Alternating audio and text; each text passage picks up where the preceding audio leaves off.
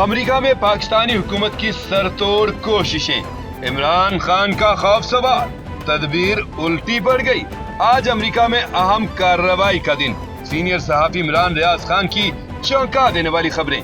इमरान रियाज खान ने कहा है कि दावे किए जा रहे थे कि बिलावल भुट्टो को अमेरिकी सदर डोनाल्ड ट्रंप की तकरीब हलफ बर्दारी का दावतनामा आया है, लेकिन ऐसा कुछ नहीं हुआ। अब हुकूमत की एक बड़ी शख्सियत को अमेरिका भेजा गया है। पाकिस्तानी सफारत खाना सरतोड़ कोशिशें कर रहा है कि उस शख्सियत की किसी अमेरिकी ओहदेदार के साथ मुलाकात हो जाए, लेकिन अभी तक कोई कामयाबी होती नजर नहीं आ रही। हाँ, कुछ चीजें हुई हैं जो पाकिस्तान के लिए तशवीश का बायस हो सकती हैं। इमरान रियाज ने दावा किया कि पाकिस्तानी हुकूमत ट्रंप के कहने पर हर काम करेगी। इसमें इमरान खान की रिहाई भी शामिल है, क्योंकि अगर खान जेल में रहा तो इसका नुकसान मुल्क को होगा, जो मुसलसल हो भी रहा है। लेकिन इमरान खान को बगैर किसी डील के छोड़ने का रिस्क नहीं लिया जा रहा। हुकूमत बड़ी परेशान है कि क्या करे और क्या ना करे। अमेरिकी इंतजामिया का दबाव आ गया, हुकूमत को बड़ा धचका। पीटीआई के साथ फैसला कुन मुज़ाकरात, ख्वाजा आसिफ का खतरनाक इंटरव्यू। वज़ीर दिफा ख्वाजा आसिफ ने बड़ा बयान देते हुए कहा है कि पीटीआई किसी के साथ भी मुलाकात करे, हमें इससे कोई परेशानी नहीं, लेकिन हमारे जरिए किसी और तक पहुंचने की कोशिश की जा रही है। हम कैसे इन पर एतबार करें? पहले तो ये लोग हमसे बात तक करने को तैयार नहीं थे, इनकी कोई क्रेडिबिलिटी नहीं है। ख्वाजा आसिफ ने कहा कि हुकूमत ने जुडिशल कमीशन बनाना है तो 2014 से बनाए, जब हमारी हुकूमत के खिलाफ धरना दिया गया था, लेकिन अब पानी पुलों के नीचे से गुजर चुका है। सब जानते हैं कि इस खेल के लिखारी कौन थे। इस मुल्क में तो गुज़श्ता 75 साल से तबाही मची हुई है। इसमें सियासतदानों और अदलिया का किरदार भी किसी से ढका छुपा नहीं। उन्होंने इंकशाफ किया कि माजी की लीडरशिप मियां नवाज शरीफ को फांसी देने के हक में थी, लेकिन जनरल मुशर्रफ ऐसा नहीं चाहते थे। उन्होंने ही नवाज शरीफ को बाहर भेजने का फैसला किया। ट्रंप ने इसराइलियों को खुली छूट दे दी। ट्रंप ने सैकड़ों जारहाना इकदाम उठा लिए। 1500 के करीब कैदियों की रिहाई, हैरत अंगेज ऑर्डर्स जारी। शाहजेब खानजादा ने बड़ी खबर ब्रेक कर दी, लाइव शो में तहलका मचा दिया।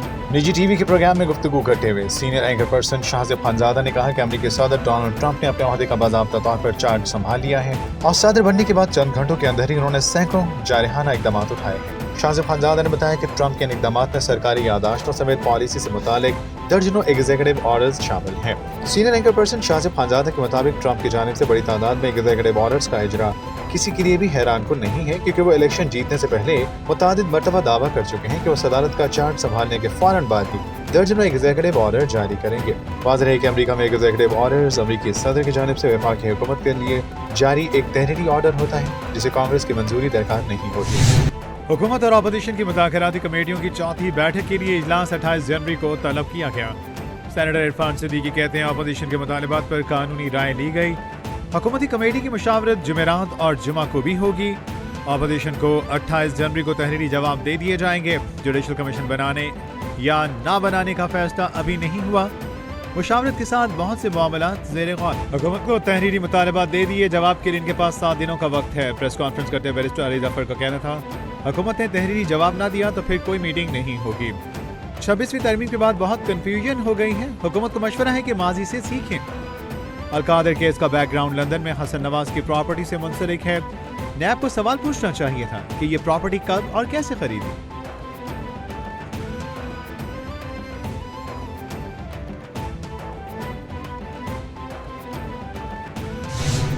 ख्वाजा आसिफ कहते हैं मुज़ाकरात खत्म करने की बात बैरिस्टर गौहर ने की, मैंने नहीं की। बैरिस्टर गौहर खुद कह रहे हैं कि कमीशन ना बना तो मुज़ाकरात नहीं होंगे। सिविल नाफरमानी तहरीक लाई गई तो हमारी हिकमत अमली तय है। पहले भी सिविल नाफरमानी पर किसी ने कान नहीं धरे, लोगों ने अपने घरों में पैसे भिजवाने हैं। सिविल नाफरमानी भी देख ली, 3 हमले भी उन्होंने कर दिए। आप क्या चाहते हैं कि हम मिन्नतों पर आ जाएं और उनके तरले करें?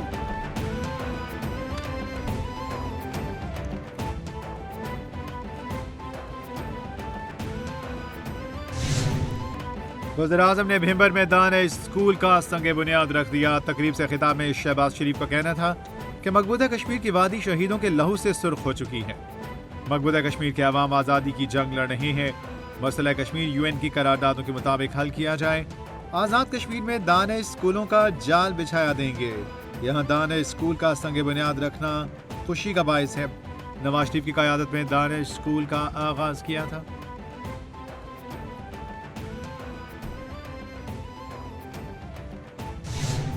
जी डॉक्टर दर्शन साहब। जी शुक्रिया स्पीकर साहब। ये जो क्वेश्चन है वो क्योंकि ये आईसीटी के लिए है, क्योंकि हमारी यहाँ पे और सूबों में प्रोविंशियल में 18th अमेंडमेंट की बात है, ये तो उनकी जिम्मेदारी बनती है। लेकिन इस्लामाबाद की हद तक मैं इनको श्योर दिलाता हूँ कि सबके पास सेफ्टी किट्स हैं और यहाँ पे, और हमने वहाँ पे एक यूनिवर्सल हेल्पलाइन भी रखी हुई है, उसके भी नंबर्स हैं। अगर कहीं भी कोई मसला होता है तो उसको भी डील कर दें।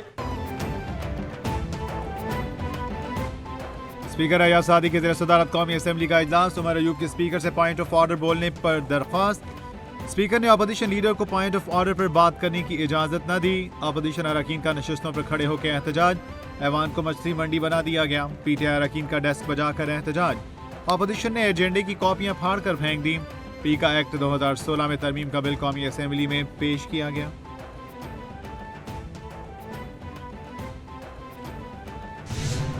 मजमूए ज़ाब्ता फौजदारी 1898 में तरमीम का बिल कौमी असेंबली में पेश। आजम नज़ीर तारा ने कहा, पाकिस्तान के अवाम ऐवान से तवक्को रखते हैं कि इन्हें फौरी इंसाफ फराहम किया जाए। हुकूमत की जिम्मेदारी है निज़ाम इंसाफ को साफ और शफाफ बनाया जाए। ज़ाब्ता फौजदारी 127 साल पुराना है। निज़ाम में इतनी खराबियां हैं किसी पर कुछ साबित नहीं होता। मुजरिमों को सजा देने की शरह बहुत कम है। दीगर ममालिक में सजा देने की शरह 80% है।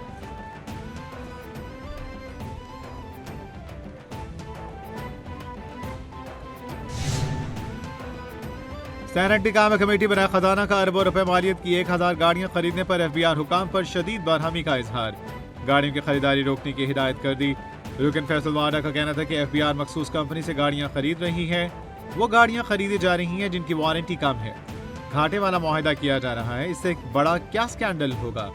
ये बहुत बड़ा स्कैंडल है जिसमें करप्शन की गार खोल दी गई है। इसको रोका जाए।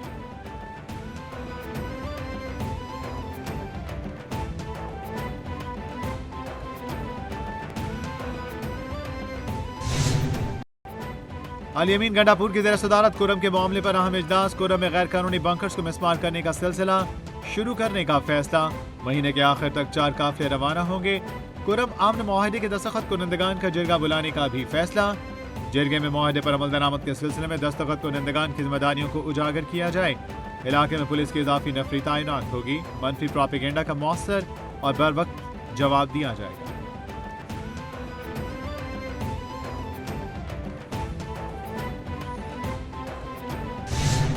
बग्गम समेत कुरम के मुख्तलिफ इलाकों मकामात पर सर्च एंड क्लियरेंस ऑपरेशन जारी। सरकारी जराये के मुताबिक ऑपरेशन के दौरान बड़ी तादाद में गैर कानूनी हथियार बरामद कर दिए गए।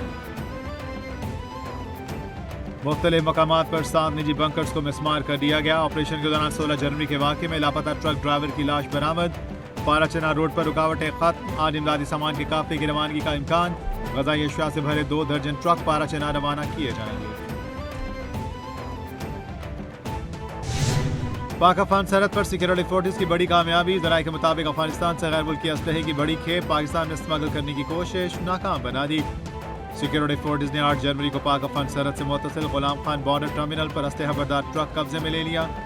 ट्रक से जदीद साख का गैर मुल्की असलहा और मैगजीन बरामद। गैर मुल्की असलहे में 26 M16 राइफल, 292 मैगजीन और 10,000 से ज्यादा गोलियां बरामद।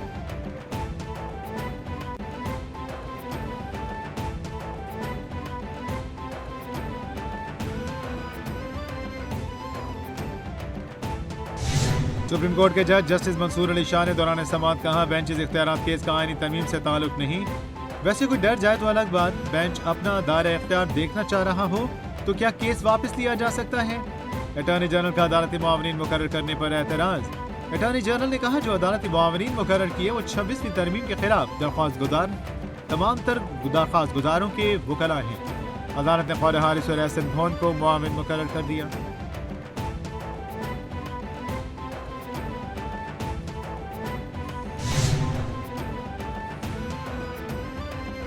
GHQ हमला केस की समाअत के दौरान इस्तगासा के मजीद 4 गवाहान की शहादतें कलमबंद। वकील मिशाल यूसुफजई को मुअत्तल लाइसेंस के बावजूद पेश होने पर शो कॉज नोटिस जारी कर दिया गया। ADC रावलपिंडी के जज अमजद अली शाह ने GHQ हमला केस की अडयाला जेल में समाअत की। पानी पी डे के वकील ने मिशाल यूसुफजई पर एतराज उठाया। आइंदा समाअत पर मिशाल यूसुफजई से जवाब तलब कर लिया गया।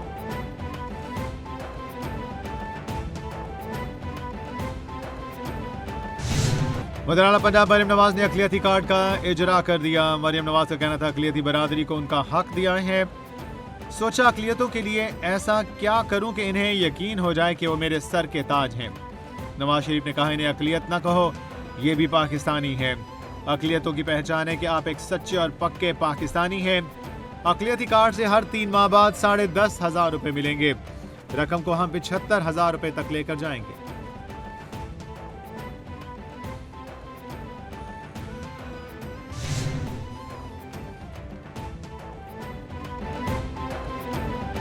वज़ीर इत्तलात पंजाब उज़्मा बुखारी कहती हैं पंजाब में तरक्की, खुशहाली और अमन का दौर वापस आ रहा है। वज़ीर-ए-आला मरियम नवाज ने अवामी मंसूबों का जाल वस्ती पंजाब से जनूबी पंजाब तक बिछा दिया। पंजाब में किसान कार्ड, इलेक्ट्रिक बाइक, स्कॉलरशिप, धीरानी प्रोग्राम कामयाबी से जारी। पंजाब में नई सड़कों की तामीर हो रही है, नई इलेक्ट्रिक बसें भी आ गईं। मरियम नवाज बाकी सूबों के वज़ीर आला के लिए रोल मॉडल हैं।